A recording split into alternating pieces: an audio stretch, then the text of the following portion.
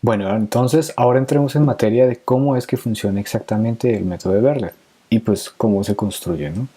Entonces, el método de Berlet aplica básicamente sobre ecuaciones diferenciales de segundo orden autónomas, que son estas de acá encerradas en un cuadrado negro, como lo estoy diciendo aquí, una ecuación diferencial ordinaria, ¿sí?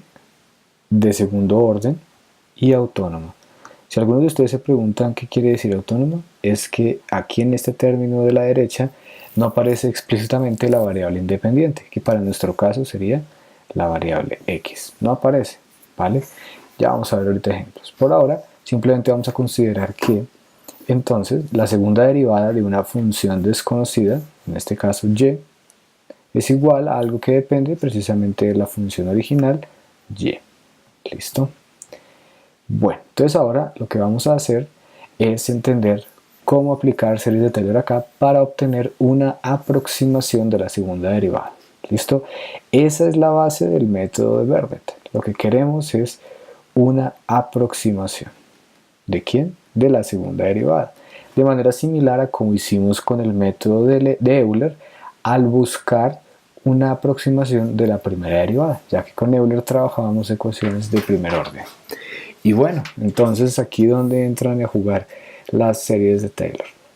Recordemos primero que como esto es una solución numérica, nosotros obtenemos es una solución sobre una sucesión de puntos que llamaríamos x0, x1, x2, x3, etc. Sean cuales sean esos puntos, ellos están separados de forma discreta por intervalos delta x a lo largo del eje de la variable independiente. Entonces aquí este punto sería x0 sumándole delta x y el anterior x0 restándole delta x. Lo que queremos es buscar y, ese es el problema de la ecuación diferencial, y lo vamos a hacer aproximando la segunda derivada. Entonces, si aquí está x0, aquí está la función y evaluada en ese x0. Si aquí está x0 más delta x, entonces aquí correspondientemente va a estar y evaluado en x0 más delta x y lo mismo aquí con este. Entonces acá abajo estaría y en x0 menos delta x. Y bien, aquí entra en juego la serie de Taylor. La idea es que, como mencioné aquí, sin haberlo dicho, vamos a tomar que el valor x0 sea el centro de la serie, sea cual sea la serie que vayamos a construir. ¿Listo? Entonces, lo que yo quiero hacer ahora es decir lo siguiente.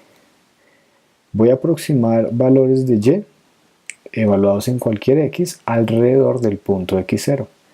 ¿Eso cómo sería? Serie n desde 0 hasta infinito de la enésima derivada de y evaluado en el punto x0, porque el centro es x0, todo sobre n factorial por x menos x0 a la n.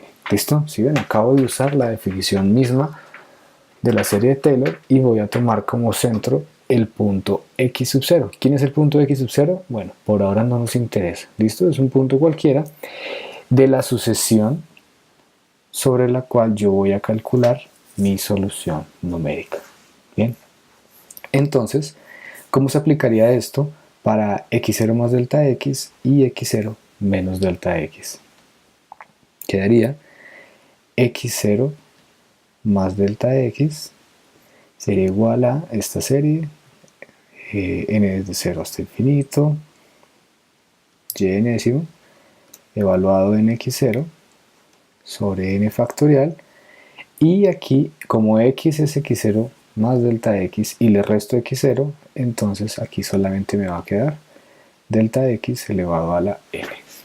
Bien, si hago lo mismo con y de x0 menos delta x, ustedes pueden hacer el ejercicio con calma, no es difícil darse cuenta que entonces la serie va a quedar muy parecida.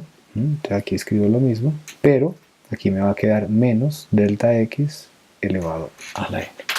Bien, si escribimos estos términos de una manera un poco más explícita uno a uno, entonces voy a escribirlos aquí abajo, me va a quedar y de x0 más delta x, pues va a ser el primer término, sería la función sin derivar evaluada simplemente en x0, luego le sumo la primera derivada de la función en x0, eso multiplicado por delta x, el siguiente término será la segunda derivada evaluada en x0, y aquí sale el 2 factorial, que es 2, por delta x al cuadrado, hagamos un término más, ahora vamos a tener tercera derivada evaluada en x0 sobre 2, perdón, aquí es sobre 3 factorial, ¿cierto? Entonces ahí sí, vamos a dejar los factoriales para que recordemos que esto efectivamente es una serie de Taylor por delta x al cubo, y hagamos un cuarto término, la cuarta derivada de y evaluada en x0 sobre, en este caso sería 4 factorial por delta x a la 4. Y de ahí en adelante, pues eso va hasta el infinito, ¿cierto? Bien. ¿Qué vamos a hacer ahora? Vamos a escribir lo mismo, pero para la serie con y evaluado en x0 menos delta x, como es tanto, simplemente voy a copiar y vamos a ir modificando donde sea necesario, ¿listo? Para que nos demos cuenta de las ligeras diferencias entre estas dos series. Bien, entonces vamos a hacer un acercamiento aquí.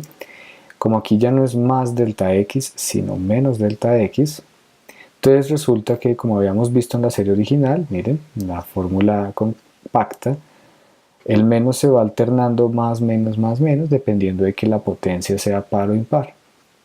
Ejemplo, el primer término es positivo, el segundo término va a ser negativo, el siguiente sigue siendo positivo, ahí está perfecto, pero este de acá va a ser negativo, ¿bien? Y este sigue siendo positivo sin problema, ¿ok? Bueno, entonces ahí están las dos series, ¿listo?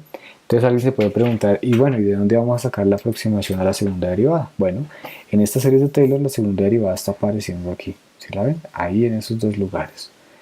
Y la idea es la siguiente, estas series de Taylor tienen una propiedad y es que los términos de orden cada vez mayor son asimismo cada vez más pequeños.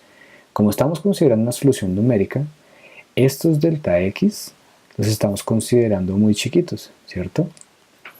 ¿Y por qué? Pues porque esa es la idea detrás de un método numérico, que usemos pasos de tiempo o de la variable dependiente, sea lo que sea, muy pequeños y que en la medida en que sean más pequeños la solución numérica va a ser cada vez mejor.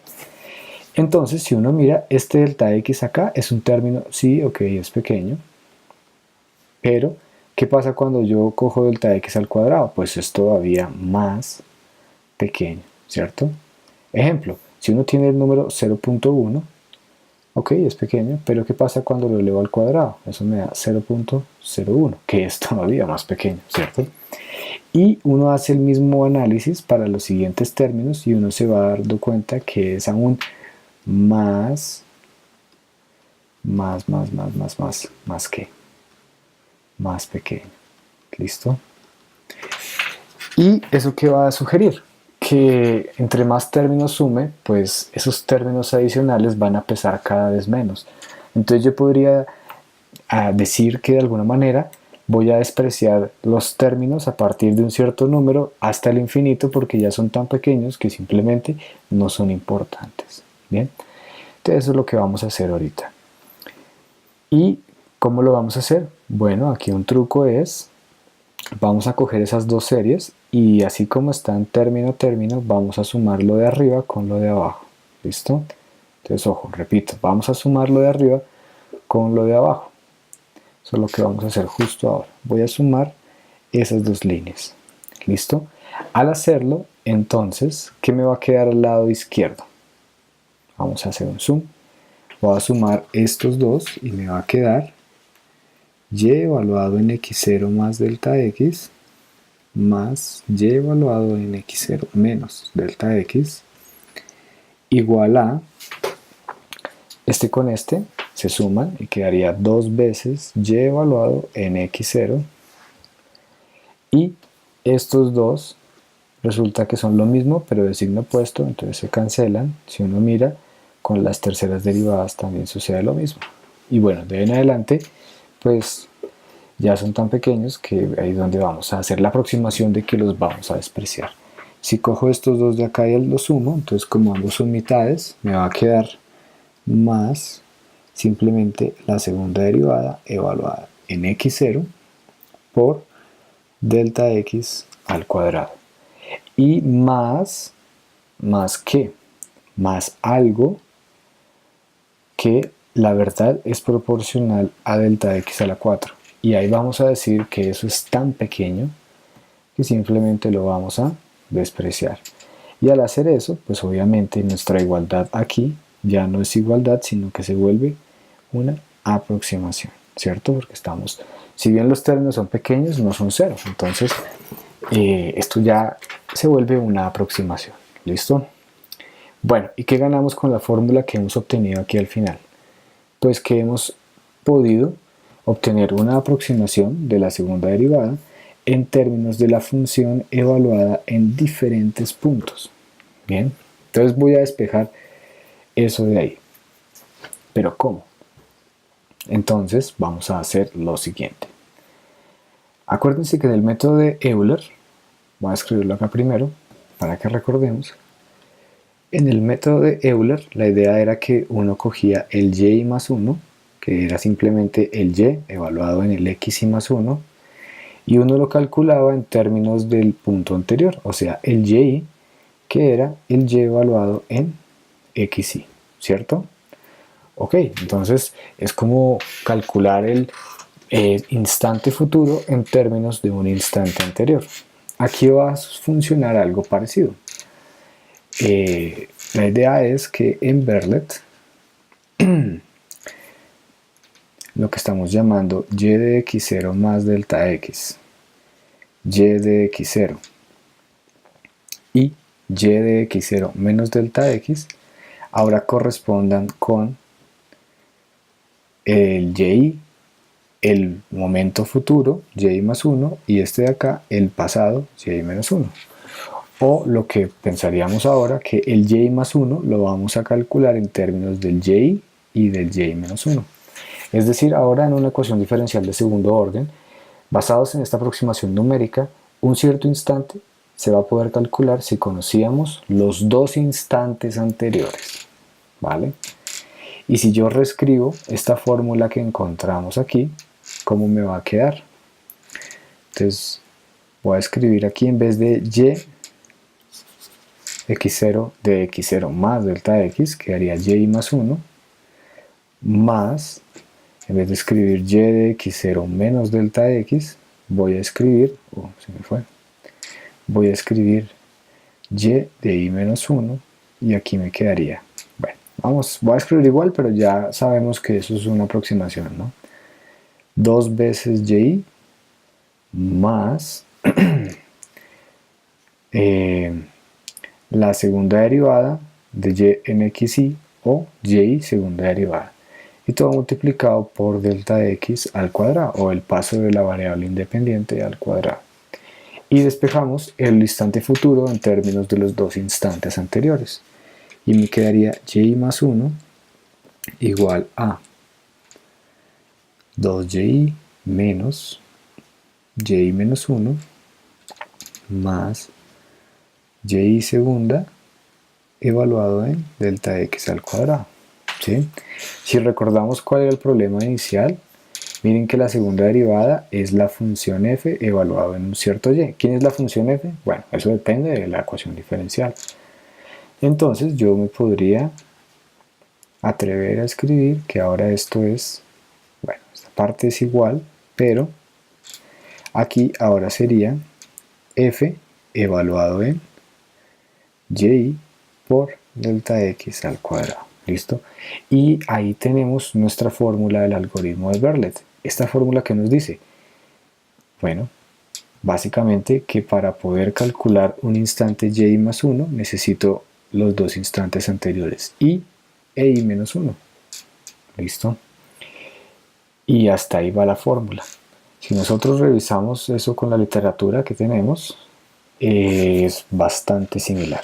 ¿Listo? Entonces, Ya ahorita vamos a completar esto, solo nos queda un detalle y es que esta fórmula tiene un problema cuando voy a dar la primera iteración del método numérico. El problema de esta fórmula del método de Berlet es que cuando vamos a dar el primer paso, o sea, la primera iteración, no tenemos dos instantes que sean previos a él. Me explico. Nosotros comenzamos siempre con un punto inicial en la solución numérica y en Euler, ¿qué hacíamos? Con ese punto calculábamos el siguiente, ¿cierto? Pero ahora esto no es posible en el método de Berlet. ¿Por qué? Porque la idea es que necesitamos dos puntos, entonces uno tendría que decir algo como necesito dos puntos iniciales, pero en la práctica uno normalmente no los tiene. ¿Qué sucede? El siguiente punto a calcular sería, en nuestro caso, a partir de x0, x1 sí, y por lo tanto a partir de y0 calcular y1, ok, pero la idea es que la fórmula me está requiriendo un paso también adicional antes de x0. Algo así como aquí que hubiera un x menos 1, ¿sí? Anterior. Y por lo tanto yo necesitaría un y menos 1 para de esa manera tener dos instantes anteriores que yo pueda usar para calcular la solución en el punto siguiente. Si ustedes se dan cuenta, solo en ese lugar sucede eso, porque una vez que yo esté en x1 es porque también ya tengo el x0 y yo después puedo usar esos dos para calcular x2 y por lo tanto el y2 también, ¿cierto? Y de ahí en adelante no va a haber ningún problema. El problema solamente aparece en este primer loop. ¿Listo? ¿Cómo vamos a resolver ese problema? Bueno, la idea es crear como un paso artificial acá y un valor artificial de ese y-1 usando una serie de Taylor hacia atrás. ¿Bien? Entonces, no es difícil darse cuenta que si yo cojo en mi serie de Taylor hacia atrás, que sería esta por ejemplo, si yo considero acá el valor y-1, aquí yo tendría entonces el valor y0 y así sucesivamente, ¿cierto? En la serie de Taylor hacia atrás. Y yo al hacer eso, puedo escribir entonces que, digámoslo así, es lo que llaman entonces en el método de Berlet el arranque, ¿sí? Un paso inicial de arranque, es que yo a partir de y0 puedo calcular y-1 cogiendo los otros términos en la serie de Taylor, que sería la derivada en el tiempo x0 por delta x más un medio de la segunda derivada en x0 por delta x al cuadrado, y los demás términos que los desprecio porque ya son muy pequeños. Bien, y recordemos nuevamente, este término de acá es entonces la función f evaluada en y0. ¿Listo? Ese es el paso de arranque. Entonces, ¿cómo nos queda? Me quedaría y-1 es igual a y0 menos y0' delta x más un medio de f evaluado en y0 por ese delta x al cuadrado. Bien, voy a borrar lo anterior para que no nos estorbe. Ahora que ya lo tenemos claro. Y listo. Ahí está nuestro paso de arranque, que lo que hace es configurar un valor artificial para que yo pueda después con el y0 y con el y-1 calcular el siguiente, que sería el y1, ¿sí? Y de esa manera ya yo puedo hacer los demás pasos, las demás iteraciones sin ningún problema. Bien, entonces es por eso que aquí en el método de Berlet nos dicen que, bueno, primero nos plantean ahora sí completo el problema. Voy a escribirlo acá, vamos a disminuir un poco esta pantalla y vamos a decir cómo es un problema de valor inicial en una ecuación de segundo orden. ¿Listo? Lo que llamamos un PBI, problema de valor inicial, en este caso de segundo orden, tenemos nuestra ecuación diferencial de segundo orden, que es la segunda derivada igual a algo que depende de la función, y yo lo que sé es que yo conozco la función en el momento inicial, eso lo llamamos alfa, un valor cualquiera, y conozco la derivada de la función en un instante inicial, lo voy a llamar beta. Un problema clásico de este tipo es, por ejemplo, caída libre, ¿sí? ¿Caída libre qué es? Tengo que hallar la aceleración del objeto Acuérdense, aceleración que es segunda derivada, conociendo que al principio el objeto tenía una cierta posición y arrancó con una cierta velocidad inicial. Esa sería como la interpretación de esto, de cada una de estas líneas que componen el problema de valor inicial para el caso particular de un objeto en caída libre. ¿Listo? Por ejemplo, la segunda ley de Newton y todos los problemas dinámicos, bueno, hasta cierto punto caen dentro de este conjunto de problemas de valor inicial de segundo orden que además son autónomos, ¿no? Por lo que dijimos previamente de que la ecuación que estamos considerando es autónoma. Y bueno, entonces, ¿qué sucede ahora? Que cuando yo considero la fórmula general del método de Berlet con el paso de arranque inicial aplicado sobre estas condiciones expresas sobre la ecuación diferencial a resolver, obtenemos entonces el algoritmo que está aquí en nuestro cuaderno en Jupyter, el cual pueden encontrar en el repositorio del curso. La idea es que mi primer valor de y es el valor inicial alfa, ¿cierto?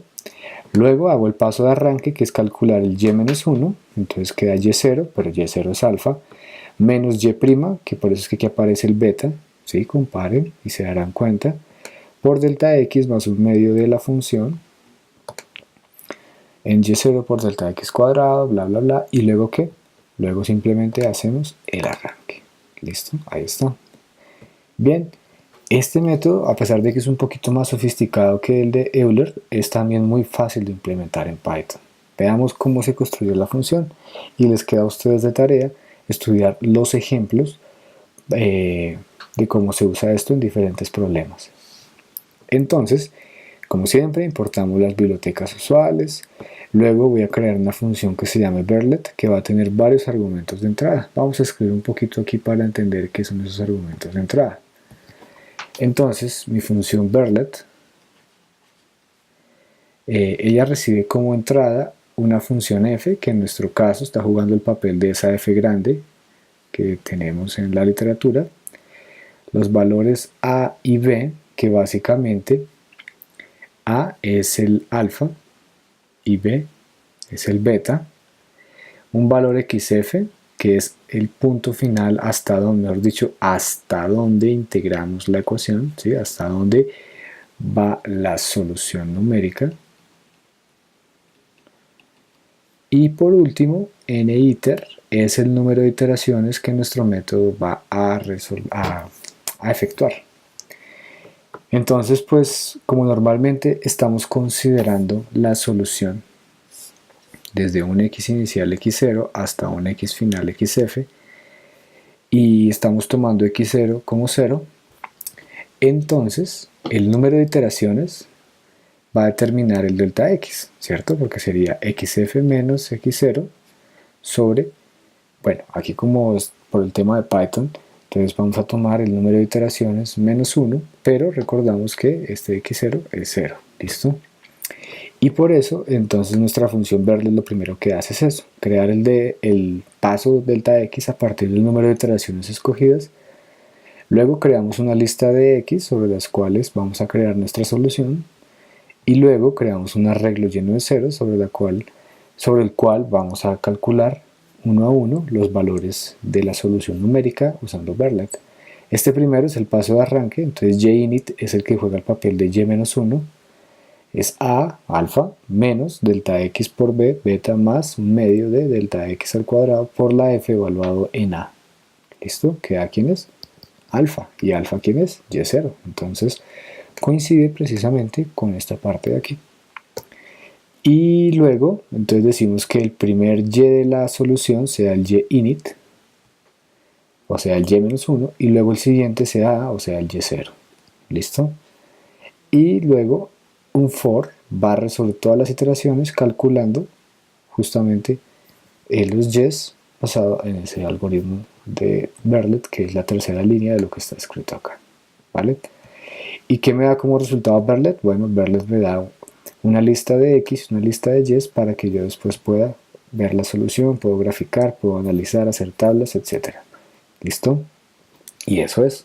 Con esto ya podemos entonces usar la función de Berlet para todos los problemas que caigan en esta categoría ¿listo? En un problema de valor inicial de segundo orden, ¿cierto? Todo lo que caiga ahí con ecuaciones autónomas, por supuesto. Bien, entonces espero que con esto sea suficiente y puedan entonces empezar a realizar los ejercicios correspondientes.